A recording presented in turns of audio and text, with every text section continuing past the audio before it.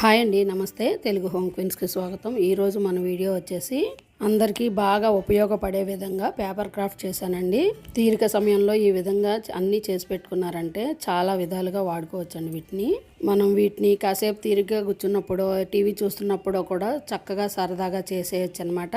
పిల్లలు కూడా చాలా ఇష్టపడతారండి చేయడానికి. వాళ్ళకి ఇచ్చినా కూడా మనకి ఈ విధంగా తయారు చేసి పెడతారు. వీటిని చాలా రకాలుగా వాడుకోవచ్చండి.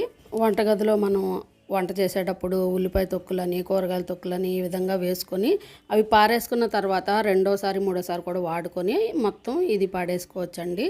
పిల్లలు చదువుకునేటప్పుడు పక్కన పెట్టామనుకోండి, వేస్ట్ పేపర్లు కానీ, పెన్సిళ్ళు, చెక్కులు ఇలాంటివన్నీ కూడా ఇందులో వేసుకోవడానికి ఉపయోగపడుతుంది. సాయంత్రం పూట ఏవైనా స్నాక్స్ తింటాం కదండి, వేరుశనగలు ఇలాంటివన్నీ కూడా అందులో వేసుకొని తినొచ్చు. ఆ డస్ట్ అంతా కూడా అందులో వేసేసుకోవచ్చు అనమాట. మనకి న్యూస్ పేపర్లో కానీ అడ్వర్టైజ్మెంట్ కోసం ఇంటికి తెచ్చి వేస్తూ ఉంటారు కదండి, అలాంటివి అయితే బాగా స్టిఫ్గా ఉంటాయి అన్నమాట. ఆయిల్ పెయింట్వి కదండి, అందుకనే బాగా స్టిఫ్గా ఉంటాయి. ముందుగా మనం అడ్డంగా ఒక మడత వేసుకొని చక్కగా నీట్గా ఉండే విధంగా సర్దుకొని ఇలా అణిగేటట్టు చేతితో మనం ప్రెస్ చేస్తే నీట్గా వస్తుందన్నమాట. తర్వాత దాన్ని ఇంకొక మడత వేసుకోవాలి. మళ్ళీ అడ్డంగా తిప్పి పేపర్ ఎగుడు దిగుడు లేకుండా నీట్గా సర్దుకుంటూ ఈ విధంగా ప్రెస్ చేసుకోవాలి. ఫోల్డింగ్ అనేది ఈ విధంగా పైకి ఉంది కదండి, ఈ ఫోల్డింగ్ని ఓపెన్ చేసి ఇలా ఈ విధంగా ప్రెస్ చేస్తూ సమానంగా పెట్టేసుకున్న తర్వాత రెండు వైపులా కూడా ఈ విధంగా ప్రెస్ చేసేసుకోవాలి. చూడండి, ఇలా ట్రయాంగిల్ షేప్లో వస్తుందన్నమాట మనకి. ఈ విధంగానే రెండో వైపును కూడా మనం చేత్తో సర్దుకుంటూ చక్కగా చేసుకోవాలి. ఆయిల్ పెయింట్ది కదండి, కొంచెం స్టిఫ్గా ఉంటుంది. వీటిని మనం A4 షీట్స్ చేసుకోవచ్చు, న్యూస్ పేపర్తో చేసుకోవచ్చు. కాకపోతే పలుచగా ఉండడం వల్ల అవి స్టిఫ్గా ఉండవండి. తడి తగిలినాయి అనుకోండి, నీరు పీల్చేసి మెత్తబడిపోతాయి. ఇవైతే అలా ఉండవు అనమాట. చూడండి, ఇక్కడ మధ్యలో మనకి ఓపెన్ అనేది ఉంది కదా, అలా లేకుండా ఒకవైపు ఉన్న పొరని మనం ఈ విధంగా వేసుకోవాలన్నమాట. రెండు వైపును కూడా అలా వేసామంటే చూడండి మనకి ఒక స్ట్రైట్గా ఉంటుందన్నమాట, కట్ అనేది లేకుండా.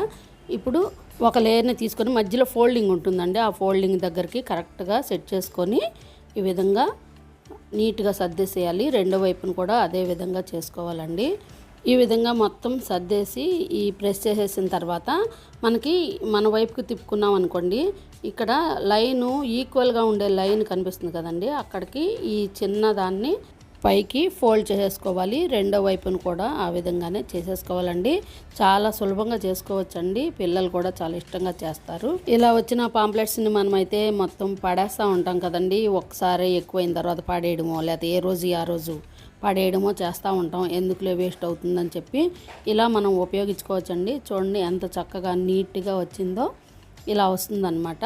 ఇప్పుడు దీన్ని మనం ఓపెన్ చేసి చూద్దాం. చూడండి ఎంత చక్కగా స్క్వేర్ షేప్లో వస్తుందన్నమాట. ఇలా మందంగా ఉండే పాంప్లెట్స్తో చక్కగా చేసుకున్నారంటే చాలా స్టిఫ్గా ఉంటాయి. చూడండి ఎంత చక్కగా ఉందో. పిల్లలకి ఎలాగో సెలవులు కాబట్టి పిల్లలకి అప్పచెప్పండి, చక్కగా ఇలా చేసిస్తారు. ఈ వీడియో కనుక మీకు నచ్చినట్లయితే లైక్ చేయండి, షేర్ చేయండి, సబ్స్క్రైబ్ చేసుకోండి నెక్స్ట్ వీడియోస్ కోసం. Thank you for watching.